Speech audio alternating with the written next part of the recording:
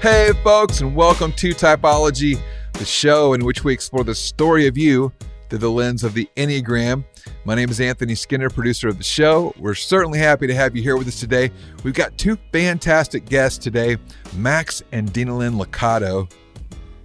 Of course, you know Max Lucado as author and speaker. He has over 145 million books in print. Podcaster, speaker.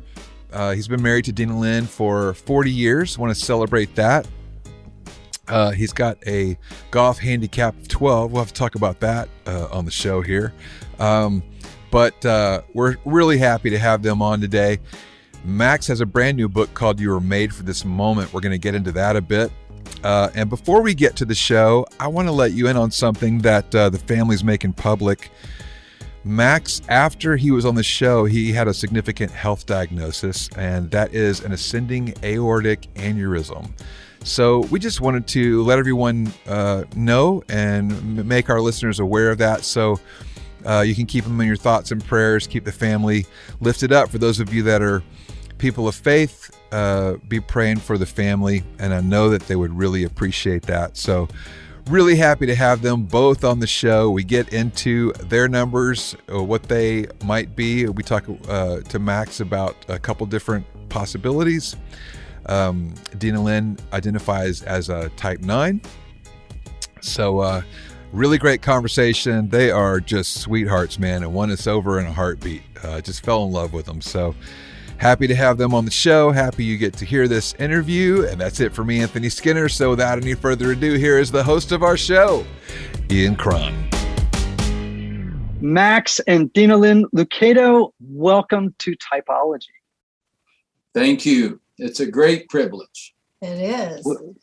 Well, it's a great privilege for us. Mm-hmm. It's going to be an interesting show. Denalyn, you are a 9 peacemaker on the Enneagram. And we have a little bit of debate around whether or not Max is a 3 or a 9. He tested as a 9 on my assessment, but you think he's a 3, and we'll dive into that in just a moment. So, how did you both learn about the Enneagram? Our kids. Oh wow! They were talking about it, and I'm like, "What is this?" And so they were listening to podcasts. They told me about this book. And so I got the book.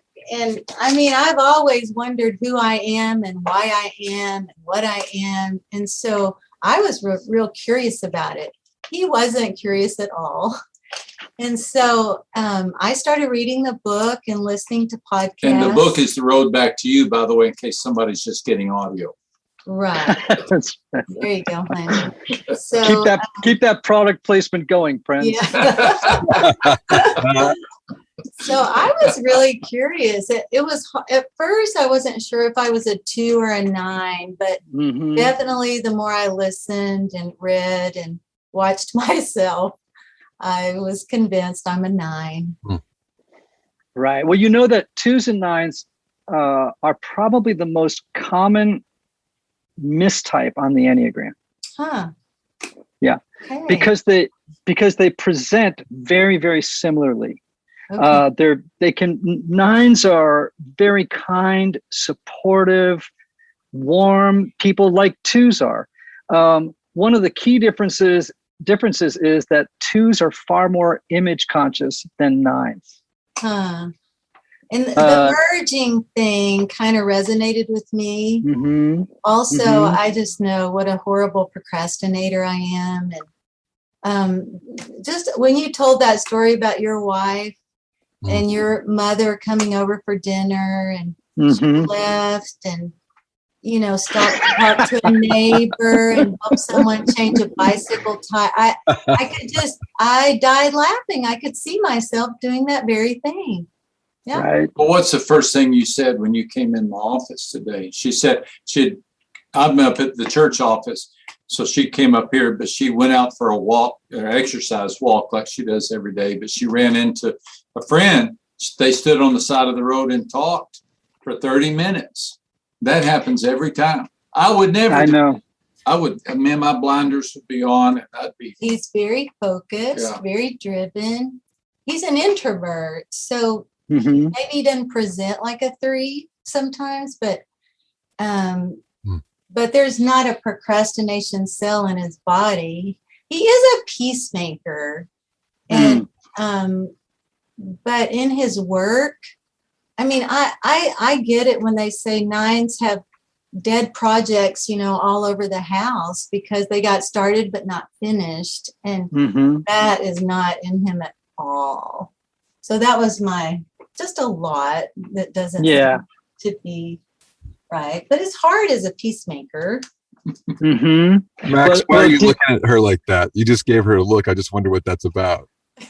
I just love listening to her talk. I can talk. I love her. We're about to celebrate 40 years of marriage. Oh, that's wow. August the 8th, 40 years. Yep. I tell her that Moses got the wilderness and she got me. Well, that's not true. Well, Denalyn, you could probably form a support group with my wife, because literally, I like to say that my wife's time continuum has bent in on itself. We just don't have any idea of how the time continuum works for 9s. Off they go, man. Off they go. Well, tell me, Denalyn, how have you benefited from it?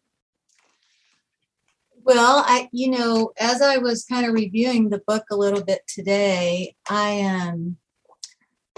it's good to recognize those things in me that are what we might refer to deadly sin, or just the weakness or the shadow part of ourselves. And I see that and I recognize that. And I really, when I see myself, I can easily distract.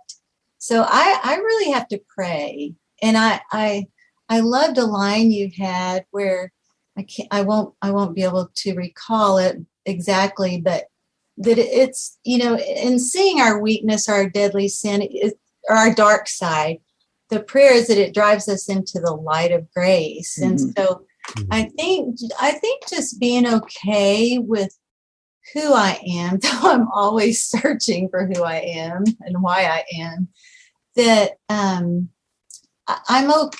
I can look at my sin, and especially in the light of God's grace, but I don't have to just accept it and go, that's just who I am. I want to grow, and I probably don't work enough at it. But I picked up the book and started reading it again today, and I thought, this almost feels new to me. But I think it's because when I first read it, I didn't know anything. Right. And I just wanted to get to my number. I wanted to know what my number was. So now I'm really enjoying understanding it in a deeper way, I think. Yeah. I love, you've said something twice that I find has been very, very helpful already. That for you, you're somebody who really wants to know who you are. That seems to be an ongoing journey for you. And the 2 numbers on the Enneagram we've discovered that listen to my podcast, are involved in tons of stuff that we do, are 9s and 1s. And 9s are the highest number. More 9s than any other type are involved in what we do. And you just help. I understand why 1s do, because they're all about self-improvement. Okay. But I think for 9s, it's more of a hunger for self-knowledge. Yeah. Yeah. Right? Like, who am I? Why am I the way I am? And I think that's part of the beauty of 9s, is that self-curiosity, right? Which I wish other numbers had, right? That they were a little bit more curious about the inner workings of their hearts and personalities, right? Yeah. All right, Max, I want to hit you a little bit on 3 and 9. Let's see if we can erase this. Let's see if we can get this. Go easy on me. Go easy on me. I just want to say, I think I already know, based on a couple of things you've said and the things that Denalyn has said. So I'm going to read you. I'm going to just give you 2 statements, and you tell me which one most sounds like you. Anthony, do you know how old I am? Older than you're prepared to admit. Yes, that's true. However, yes. Do you know what I've learned from all my many travels and years of living. Tell me. Everybody just wants to be happy. I'm with you there. Everyone's looking for happiness, right? Yes. And that's why I love this new podcast, right, that I've been listening to. You're going to love it. It's called The Happiness Lab. Ooh. Right? So it's this professor from Yale. Her name is Dr. Laurie Santos. And what she does is she shares all this really cool research and inspiring stories as well that have changed the way I think about happiness and will change the way I think you think about happiness. And she's back for a brand new season. All right. So check this out. She talks to the 80s movie heartthrob Rob Lowe about the benefits and pitfalls of nostalgia. She hears from Lady Gaga's mom about how a simple act of kindness by a fan inspired the singer. Check this one out. She has a NASA astronaut on the show who shares his weird and unhygienic pre-launch ritual, and she examines why owning a dog makes people happier. You'll also get a deep dive into fun. Ooh, I like that. Right, because she asked the question, where is all the fun in our everyday lives, right? Right. And why do we never seem to get enough of it? So, Anthony, check out brand new episodes of The Happiness Lab wherever you, my brother, get your podcasts. Coolio. So, stick around until the end of this episode to hear a special sneak peek. I'm going to just give you two statements and you tell me which one most sounds like you. And I want you to think about. I didn't study for this. I didn't study. Nope, you don't need to, man. I've got you covered here. All right. This is a yes or no answer pretty much. I want you to think back though and answer these questions through the lens of who you were at 25. Okay. So just sort of think about now, but also, gosh, was I like that at 25? Because at 25, you had far less self-awareness and you had far less life under your belt, right? You know, your personality softens and blurs a little bit with age and suffering and just life, right? It takes off some of those rough edges that are there when you're 25. Okay, here they are, two statements. One is, I am motivated by a need to succeed, to appear successful, and to avoid failure at all costs. So that's the first one, okay? Second one would be, I have a need to maintain connections with others, to merge with the priorities, the preferences, the opinions, and the viewpoints of another individual or the group, and to avoid conflict at all costs. I think at age 25, I know I would say yes to number one.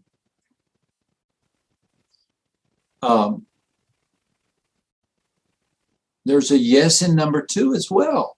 There's okay. It's not as strong, but it would certainly tilt in that direction. Okay. What part of that second one did it really sort of kind of resonate with you? When you said merge into that, what was that, a personality or a person? Fusing with the group's opinions, viewpoints, preferences, all that stuff. Age 25, I had a couple of men in my life that I just, wherever they went, I would want to go. They were older men, pastors, and they were influencing me. And I whatever they said, I would. So I think that's common at 25. And then secondly, I would not call that merging or fusing. I would call it identifying with those men and probably wanting to imitate their lives. Yeah. Right? Yeah. That's a very three quality. Oh, is that? Okay.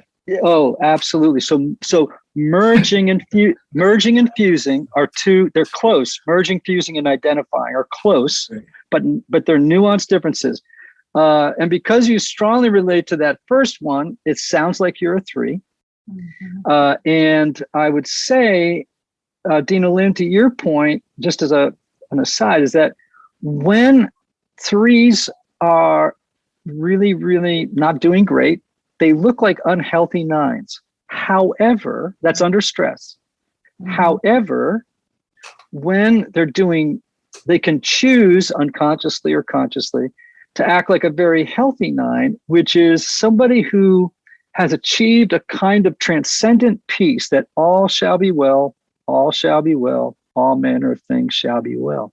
Mm-hmm. So maybe what you saw was, boy, this is what Max looks like when he's not doing great, right? He just kind of goes to that space, but he's kind of achieved a level of spiritual maturity where, as a 3, the drivenness, which can also be driven by, self-centered stuff, right, has now kind of morphed so that at times he looks like he's at peace in the world.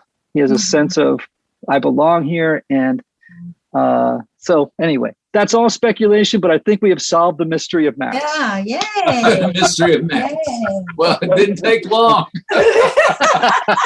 I've been working on him for 66 years. You got him in 6 months. Well, that's why they pay me the big money there, Max. So that's what I'm about. That's what I'm about. All right. So before I move now, Max, I just want to spend a good amount of time talking about your new book. You were made for this moment, a title that I love. And but I want to just ask Denalyn one last question. Okay. Do you have any tips or insights about how to use the Enneagram in marriage or in parenting, or maybe simply for extending grace to other people? That really is my favorite thing about the Enneagram, is that it has helped me understand my children better. And I always want to know someone's number because it does open a wide door for grace to be extended, no matter if they're in a healthy or an unhealthy space. But when my daughter shared a whole long story, which I won't share, and the end of the story was, well, she's a 4. She said, well, I realized I was with 2 2s. They wanted to stay and close up the wedding, and she wanted to leave. But she realized, she said, but I'm with 2 2s, and that's what they do. They help. Yes. So I can extend grace to them. And I'm like, wow, there you go. That's a big deal. So I think it's a great tool for families to understand one another and extend grace to one another. And that's a beautiful thing, really. Right. Y'all have 3 daughters, right? So one is a 4. What are the other 2? Do you know? Yes, one's a 9, and the other, she thinks she might be a 4, but I'm pretty sure she's a 1. Yes. Yes. Pretty common. It is. Okay. Yeah. Ones have a very loud inner critic, just a lot of stream of negative self-commentary all the time. 4s, I think, have the second loudest inner critic on the Enneagram. Okay. So they can get confused sometimes, Yeah. If she's a 4, she has a very large range of emotions. Like she has words for emotions you can't believe, right? She has more emotions than Max has in a minute than Max has in a week. Okay. Yes. Before we knew the Enneagram, she was called Drama Mama. So, she's definitely a 4, and she knows she's a 4. The other one, I'm pretty sure, is a 1. But that was good for you to share that 1s and 4s kind of get. Another really good differentiation is, and you could word this better, Ian, but 1s will be pursuing perfection and 4s pursue the ideal, and it can really look similar, but they're different. Oh yeah. Oh yeah. Yeah. Yeah. I have a 1 wing, so I get that little critic voice, and I'll call it out, 9 moms who are 9s of children who are 4s are fantastic. I mean, because you're steady as a rock, and that 4 is like this. Yeah. It's like they're just emotionally like this, and you're just this kind of like easygoing. It's gonna be all right, and it's fantastic. Great. Okay, Max, I want to talk about your new book now. You were made for this moment.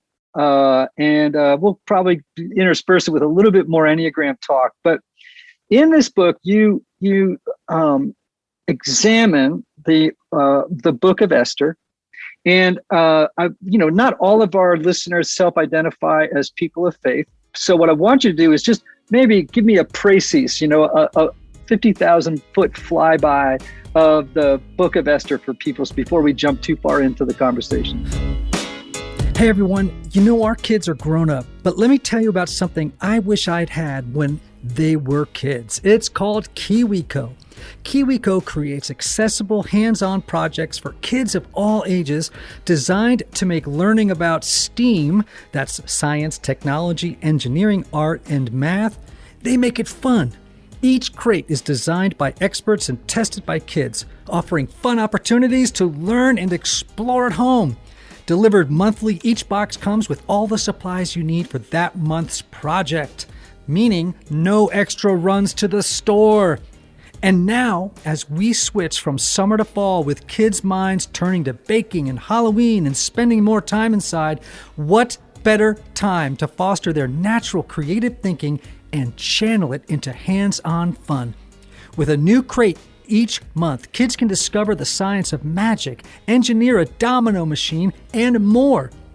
My assistant Wendy, for example, has 2 young boys, 8 and 10, and they were so excited to get their Tinker Crate and explore the science of slime. They love slime. I love slime. And their favorite part was getting to create it themselves. With KiwiCo's hands-on art and science projects, kids will learn new skills, build new experiences, and make connections to the broader world, all while you spend more quality time together tackling projects. So, scare up some fun this Halloween with KiwiCo. Redefine learning with play. Explore hands-on projects that build confidence, creativity, and critical thinking skills. And get 50% off your first month plus free shipping on any crate line with this code, Typology, Typology, at KiwiCo.com. That's right, folks, 50% off your first month at KIWICO.com. Use the promo code Typology. So what I want you to do is just maybe give me a précis, a 50,000 foot flyby of the Book of Esther for people before we jump too far into the conversation. It's one of the great dramas in the Bible. And that's saying a lot, of course, because the great dramas that have worked their way down through history. But there's 9 chapters, a brief book in the Old Testament under the title of Esther. It is set in 5th century BC Persia, has 4 main characters. One is King Xerxes. I like to say Xerxes. The Hebrew name is Ahasuerus. Sounds like a sneeze. I like to say Xerxes because it has 2 X's in it. It just sounds very cool. really, really great to say. He's portrayed in the Book of Esther as more of a drinker than a thinker. He doesn't really do much. He has parties and always has a goblet in his hand. And he has a right-hand man by the name of Haman. And that sounds like hangman, which is appropriate because Haman was all about death. He's really a Hitler type character, really a serious villain who chooses to annihilate an entire subset in Persia. And that subset happened to be the Jewish people. The Jewish people, 3 generations into exile from Jerusalem, distant, far from their homeland. And one of them is a man by the name of Mordecai. Mordecai has worked his way up until he works in the citadel, which would be the equivalent of working in the Oval Office. He's kept his Jewish identity a secret, which is a huge part of this story. No one knows he's a Jew, and no one knows that his niece/cousin, depending on how you interpret that word, is a Jew as well. But she's a not dead Hollywood beauty, so beautiful that she enters the Star Search, Queen Search contest with hundreds of women from all over the province of Persia. And she wins. Now, that includes a night with the king. It includes all types of unspeakable things that a good Jewish girl would not have done. So she has kept her identity under wraps. She becomes queen. Mordecai's in the citadel. And then Haman decides he's just going to annihilate all the Jewish people. And a Holocaust is declared. So that's the drama. That's the background. That's the setting for this story. It's powerful. It moves quickly. It's got these 4 main characters, this amazing crisis that has come the way of the Jewish people. And the real arc of the story is how God gets the people through this crisis. But real quickly, there's the key. God's name is not mentioned in this book. It's one of the two books in the Bible. And can you believe a book made its way into the Bible and it doesn't mention God by name? By name. His fingerprints on every page. But when somebody finds himself in a personal crisis, they can relate to that. They can't find God in their story. And so I think that's what makes the story of Esther so powerful. Denalyn, just before Ian asks his next question, just to a little subplot, since you seem to have nailed Max pretty effectively as a 3. What number do you think Esther and Mordecai might be in the story? I know, right? So, because someone thought Esther would be a 3, but she could also be a 9 who's being like obedient or, going, wanting peace for her people. And, but she would have to have a strong 8 wing, right? to do that. Yeah. So I heard someone also say that they thought she might be like a counterphobic 6 or a 6 who used the gift of fear to lead to faith and wisdom. Oh, yes. That's good. Yeah. I see that. I like that. 6. We can do a whole episode on Bible, the characters in the Bible and the Enneagram. It's been done. That's a great idea. Yeah, that would be fun. That'd be a great idea. Yeah, for sure. Yeah. So, Max, when I was in seminary, I had a homiletics professor. For those who don't know what that is, it's a professor of preaching, if you will, who summarized the Bible. This was one of those classes. He got real stirred up, and he summarized the Bible this way. He said, the Bible is the story of how God gets back what was always his in the first place. I like that. That's good. I want to write that down. Yeah. Write that down. I'm preaching on the prodigal son this weekend. I that would fit. Oh, yeah. How he gets back what was always his to begin with, to start with. Yeah. Now, in similar fashion, you say that the theme of Esther is the theme of the whole Bible. And so just tell me how so. Well, I believe the theme of Esther is that God will turn all injustice on its head. This is a massive injustice that's being imposed upon this minority of people in Persia. I mean, they were just minnows in the Persian Pacific, right? They were just a small body of people. But because the vice regent decided that the world would be better off without them, and he funded it, he offered to fund it with the equivalent of $20 million.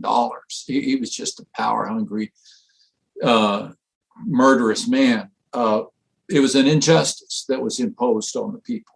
But this story, in the short order, shows how God can take what comes at us as an injustice and turn it on its head and use it to not only protect his people, but really elevate Esther. She begins as, I think, a little bit of a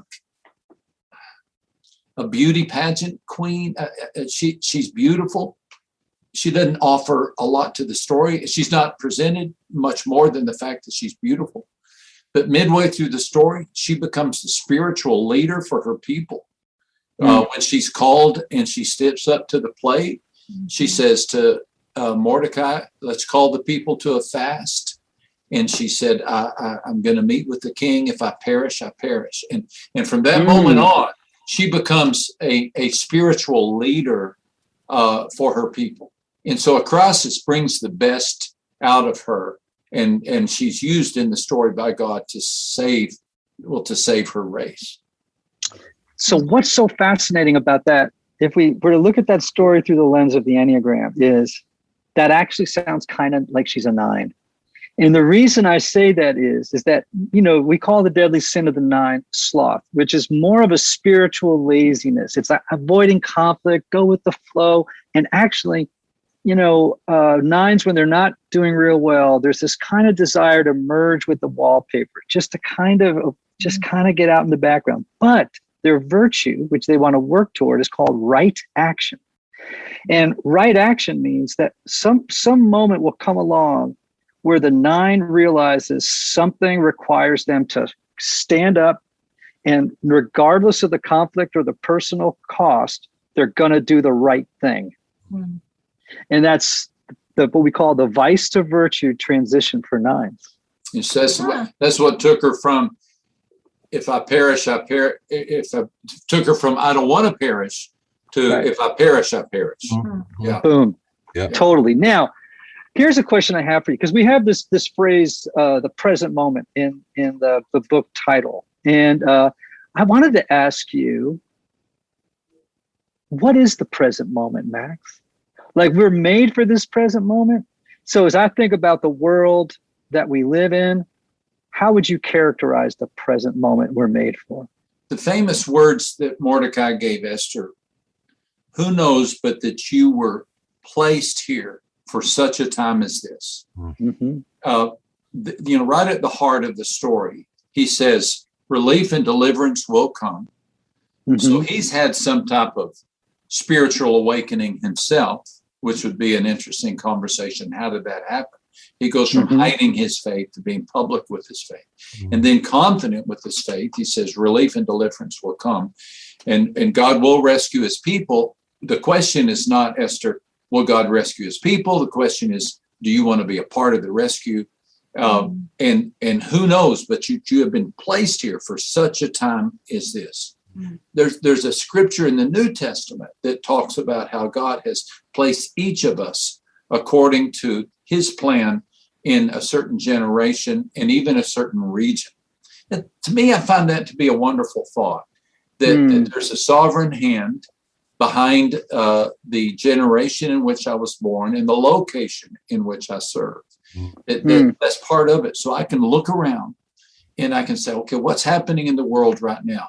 Could be that God has something prepared within me that I can pour into this moment, whether it be a global crisis or a personal challenge, and that God will help meet me and lead me and use me in this hour. Wow. Hey, Anthony. Hey, Ian. What if I told you you could get high-quality, organic, and non-GMO groceries delivered to your door for a lot less than you're paying now and help out families in need? Oh, now that's something I'd want to know more about for sure. Let me tell you, that's what I'm doing since I discovered Thrive Market. Through Thrive Gives, their one-for-one membership matching program, I get the products I love, and my paid membership provides a free membership for one low-income family. Wow, that's amazing. Right? They have the best selection of high-quality, ethically sourced pantry essentials to sustainable meat and seafood online. Thrive Market works directly with each of my favorite organic brands, so I get the highest quality products at the best members-only price. Check it out. A couple of things I love. You know what I love, right? Ora Bora sparkling water. Have you ever had that? Oh, I love it. Yeah, you're welcome. I love Ora Bora's Cactus Rose. Me too, and my favorite is lavender cucumber. Yummy. And as a special offer for Typology listeners, go to thrivemarket.com/typology. Join today to get $20 off your first order and a free gift. That's Thrive, THRIVE, market.com/typology to get $20 off your first order and a free gift. thrivemarket.com/typology. So I have a dear friend. His name is Bill Haslam. He was I don't know if you know Bill, he was the governor of Tennessee for 2 terms. And he's a very dear friend. And he wrote a book recently, not sure if you've read it yet, called Faithful Presence. And it's all about how Christians in this riven world and country that we live in can be a faithful presence. And so there's a little bit of overlap with what you say. And so I put that out as a little, blurb for that book, because it really is a worthwhile read. And on that note, we've lived in a season now of really unparalleled difficulty, right? In the last few years, we've had COVID, we've had George Floyd, we've had civil unrest, we've had a country political chaos. Political chaos. we've had contested elections, assaults on the White House. I mean, crazy, crazy stuff. Mm-hmm. What are some of the injustices you see in our society today that present people of faith with an opportunity to announce God's justice? You want to tackle that one? Well, I would love to see God's church stand up on behalf of the injustices. I would love to see the church stand up loudly. I don't think we have any right to defend ourselves. I think all we can do is confess and repent. And I would like to see more of that. I think God's really highlighting stuff that is going on in the church. And he's wanting to bring us to a place of healing. And that's going to require repentance, that will bring reconciliation, that will bring a lot of his grace. And it's been a rough few years, I would say. But he's faithful, and he'll do it. And he'll do it in surprising ways too. But that's a wonderful answer. And in fact, I haven't had a chance to read it, but I believe, Max, that you wrote a prayer of repentance for racism. Is that right? I just happened to poke around. Just tell me a little bit about the story. I'm just curious. Yeah, keep in mind, thanks for letting me tell about that. In keeping in mind the context of when I wrote the book, it was in spring of 2020, and the world had just shut down. I'm a semi-retired pastor, but I still preach 20 times a year at our church. And I was in the preaching rotation. And the plan was for me to preach a sermon series on stewardship, always the most popular sermon series, right?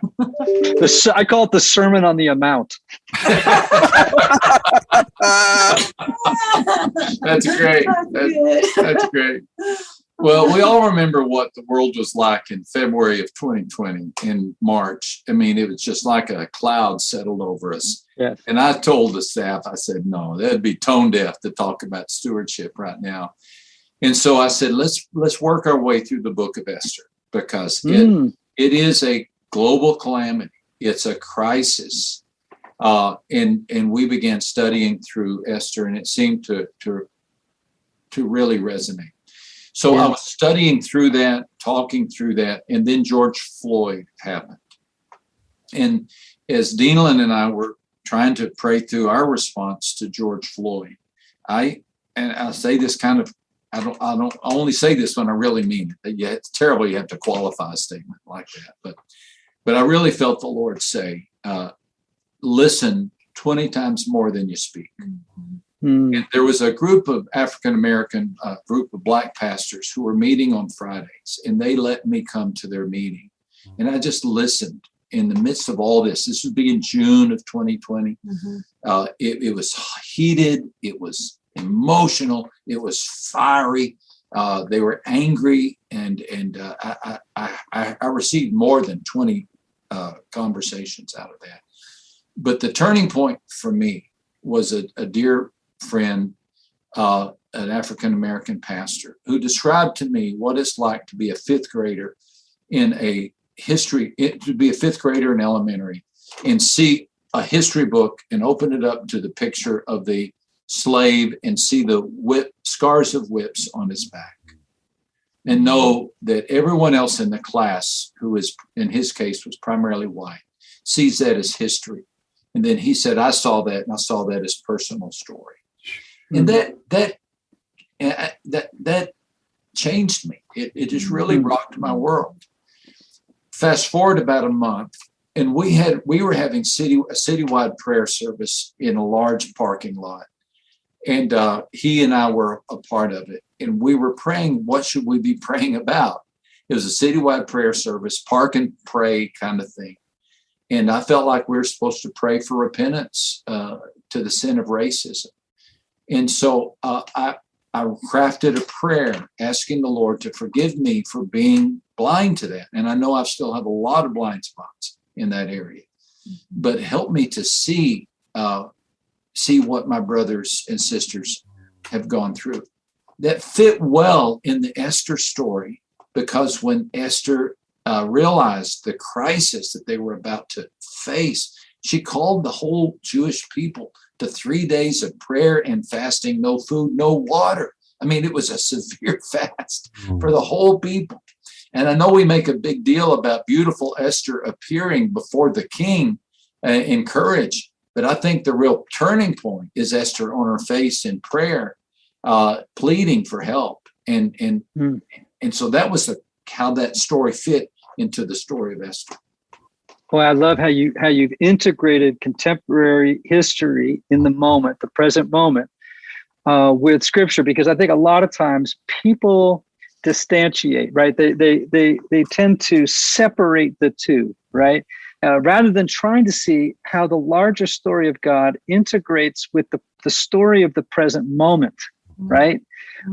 Creates people who just give intellectual assent to a bunch of Bible stories or ideas, theological principles, without them finding their way into the warp and woof of their person, right? Which is what I think we want to happen, right? So, Denalyn, I have a question for you about the book.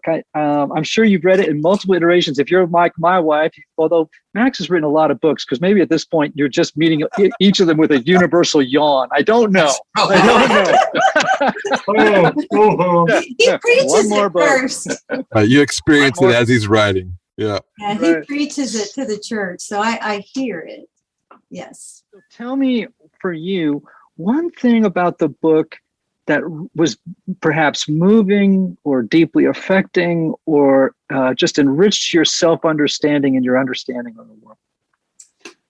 Well, I don't know if I can recall a certain thing, but I was struck when Max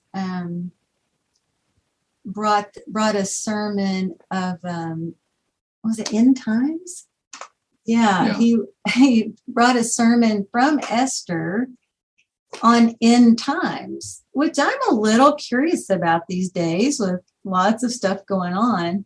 And it just struck me that, not only is God timeless and unchangeable, but like there's just threads through his word, that make it constant. And I'm like, wow, I've never seen Revelation in Esther, but Esther is great because it subdivides so easily. Confusion, conquest, confusion, conflict, conquest. Those are the three divisions. And so what we're talking about is, I thought I'm going to back away and show how this is God's story. There's confusion ever since the Garden of Eden. There's conflict everywhere, but the promise is eventual conquest over evil, not conquest of the weak, but conquest of God over the evil in the world. And I think the story invites us to back away and see the big picture. I love, and this would be maybe a conversation we can have in a year from now. I have a new book coming out this year in December, and it's called The Story of You. And the reason I love it is what you're saying is because numerous times in this conversation, you've, I think, appealed to the language of narrative and the idea of story. And of course, story doesn't mean fiction, right? Because that's I think people say, well, don't talk about the Bible as story. It's like, well, it doesn't mean fiction. But when we think about scripture narratively, I think it so helps us because we think of our own lives through the lens of narrative. And how do I like to call it the larger story of God, and how do our smaller stories, our individual stories, fit in to the larger story of God? So I'm just thrilled whenever I hear that you say the word story and characters, 4 characters in this story, right? I love the idea too that, the Bible is a story in 5 acts, like a Shakespeare play, it's a 5-act story. And so, that's a conversation we can have at another date. But again, I'm kind of makes the hair stand up on the back of my neck whenever you start to talk in those terms. Just two quick questions more. Denalyn, I almost hesitate to ask the question because I don't want to trivialize what's happening in the present moment. But do you think there's any wisdom in the Enneagram that can help us navigate the present moment that we're in? Hey everybody, one of the lessons I've learned over the years is that not everybody benefits from a traditional 50-minute counseling session. And this is why some people can go to couples therapy or personal counseling for a long time and never really get anywhere. This is why I'm such a believer of intensive counseling and my friends at Restoring the Soul in Colorado, created by my longtime friend Michael Cusick to help couples or individuals experience deep change in half-day blocks over 1 or 2 weeks. Now listen, if you can't wait months or years to get to the bottom of an issue or to experience breakthrough, you need to get in touch with my friend Michael and his extraordinary team of counselors at Restoring the Soul. If you're looking to get out of the rut you're in, but can't wait months or years, call Restoring the Soul today for a free consultation with Michael's staff. Call 303-932-9777 and learn how their intensive counseling process can help you. As a special bonus, just for Typology listeners, make sure to visit www.restoringthesoul.com/typology to download their PDF called 5 Ways Unaddressed Trauma May Be Derailing Your Relationships. Do you think there's any wisdom in the Enneagram that can help us navigate the present moment that we're in? Oh my goodness. Yes. I mean,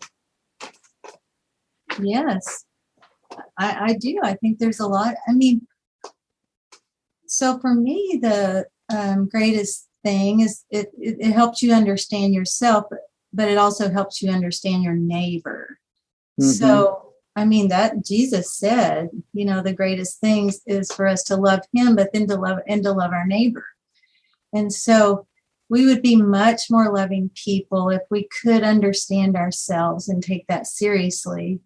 And then try to understand our neighbor and love them. We would bring about more peace in this world and less conflict. And man, everybody, just turn on the news, you're like, oh, yeah. Everybody needs some wisdom and understanding and some grace. And so I feel like it has a lot to offer the world. And I hope more people will take advantage of your works and others to try to understand themselves and their neighbor. Mm-hmm. Yeah. I've got a word picture, and if you like it, you're welcome to have it. Perfect. So you go to the airport, you're standing watching all the bags come off the carousel. You don't just reach down and grab them as they come out. You don't line up and everybody just take the next one and go home and try to live at it, right? You stand there and you wait until you have the bag that you know was packed with you in mind and with your trip, your journey in mind. Mm-hmm. And so I think if we dismiss the truth of the Enneagram, the uniqueness of our personality, the story of you, it's kind of like we're all coming off the plane. We go up and we just grab, okay, I'm next in line. I'm going to grab that one. When we get home and we open it up and it's got high heels in it, or it's got catcher's mitt in it, or it's got, a tuxedo in it, and it doesn't fit us at all, but we force ourselves to try to live out of it rather than acknowledge that not every bag packed is my bag. And that's grace. When I acknowledge that people in the world respond to the pandemic, my neighbor responds differently than I do because their bag is different than mine. I give them permission. They give me permission to live out of it in the way that we were intended to live. Is that a word picture? Yeah, I love that, and I'm going to steal it. You can take the one about the story of God being you can take my homiletics professor, and I'm going to take that one. Right? It's an even swap. It's an even swap. You bet. I never heard the word distantiation. I learned a new word. Yeah, well, that's I'm a therapist, so that's one of those fancy schmancy words that different social sciences make up so people can maintain their jobs. There you go. I've heard substantiation, distantiation. Yep. I'm going to. There you go. All right. You just hold on to it, man. I want you to be able to, tap into all that stuff, make yourself look good. That's all I do all day. That's right. That's what we threes do. That's right. So, all right. This is a variation on a previous question. We can wrap with this one. You've probably read some of them, but perhaps the foremost professor of comparative religion in the 20th century was a guy named Houston Smith. And he taught, at Syracuse, he taught, any number of universities, taught for 70 years. Okay. My goodness. And he was working with someone on a memoir at the end of his life, maybe a year or two before he died. And the biography asked him the question, how would you summarize? And by the way, he's a self-identified Christian, and he's son of Christian missionaries in China as a boy growing up. And someone asked him the question, how, based on everything you've learned, in one sentence, how would you summarize the faith? And he said, we're in good hands. Mm-hmm. Oh, I love that. Mm-hmm. Yeah. So, okay, now I'm going to put you on the spot, man. You're 90. I see where you're going with this. This is No gonna be hard, man. distanciation allowed. No, sir. No. I'm going to hold your feet to the fire. How would you answer if someone asked you to summarize the message of the faith or of the Bible I'll give you 2 sentences if necessary, but one pithy sentence would give you a score of 100. He's good at that. Oh man, but what keeps coming to my mind, and I'm going blank on the other story similar to this. The theologian who reduced all of the Bible down to, he said his most profound truth was, Jesus loves me, this I know, for the Bible tells me so. Yes. I'm trying to remember. Paul Tillich. Yeah. Yeah, that was Paul Tillich. That's resonated with me. I mean, Ian, I'm a drunk, led to the Lord, redeemed from a real mess of a life. He gave me a queen of a wife. He's given me unbelievable opportunities and grace. And I just, the fact that he loves me and knows me, that's everything to me. Mm. Wow. Well, man, I don't know if I want this conversation to end, frankly, because it's really been so rich. And I just want to encourage everybody to get Max's new book, You Were Made for This Moment. It's only recently dropped. Okay. I think a few days ago. And so I want you to go and get the book. You Were Made for This Moment. It's an examination of the book of Esther and its application to the present moment and our role in the story of God, right? Our role in the story of God and how we can help advance, Max, if I can put it this way, advance God's program of redemption for the world. That's perfect. Right? And so again, you were made for this moment. Max and Denalyn, can we get together and I feel like we could be good friends. Let's do it. Let's do it. That'd be fun. In person, no more Zoom. No more Zoom. I'm exhausted. Zoomed out. Yeah, man. Typology listeners, remember these words. May you have love. May you have joy. May you have peace. May you have healing. And may you have rest. Until next time. Hey, everybody. Earlier in this episode, I told you about the Happiness Lab, one of my favorite new podcasts. Now I'm going to give you a special preview. To hear more episodes, just search for the Happiness Lab wherever you're listening now. The Happiness Lab returns for a new season, and this time, it's personal. I'll be tackling subjects that are particularly close to my heart and meeting people who've had a huge impact on my life. Listen, I love the 80s as much as the next guy. I used more hair mousse than any human being should ever use. I talked to Rob Lowe, a movie star who was everywhere in my youth, about the benefits and pitfalls of thinking wistfully about the past. The 80s is merely a fantastic chapter that a lot of people like, including me. But I love that I'm not anchored to any one era or to any one TV show or to any one movie. I also try to answer the question of why I never want to get up in the morning to work out. Even though exercise really brings me joy, I also go back to my research roots, my expertise in canine cognition, to explore why dogs make us happy. It was magnetic. As soon as I saw her, I knew that she was meant for me. And the exact thought I had in my head is, that's my puppy. The new season will also include a very personal deep dive into fun. Where is all the fun to be found in our everyday life? And why don't I ever seem to have enough of it? But the most personal revelation in the upcoming season of The Happiness Lab is that I reveal a major crush that I have on a spaceman superhero who unwittingly created an important well-being ritual when he took a leak on the way to his rocket ship. The countdown has begun, so join me, Dr. Laurie Santos, for all new episodes of The Happiness Lab,